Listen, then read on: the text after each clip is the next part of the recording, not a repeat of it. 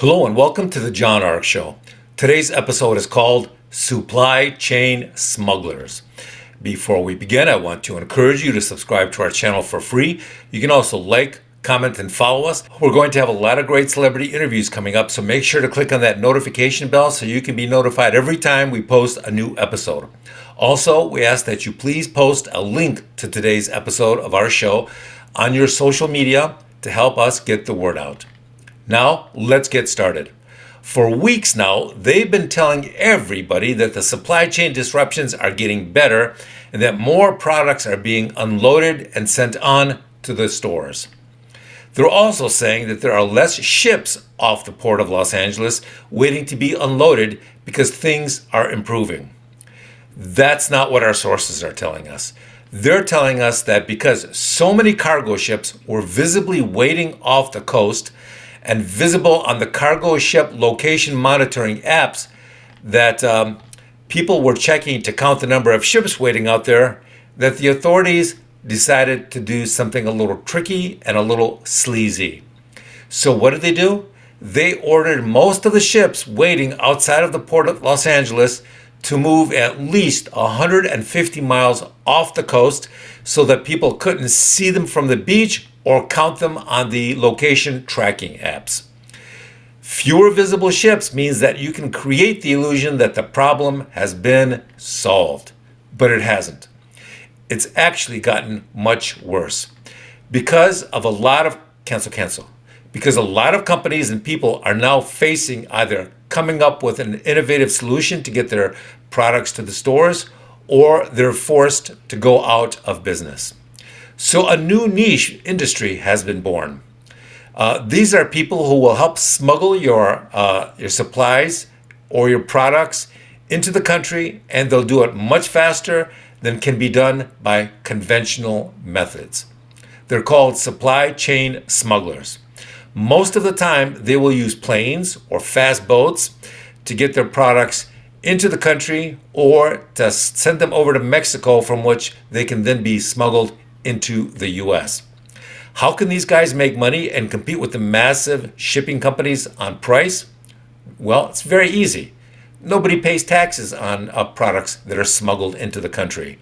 There's almost no record of that stuff coming in. No one's paying any fees, no one's paying any taxes.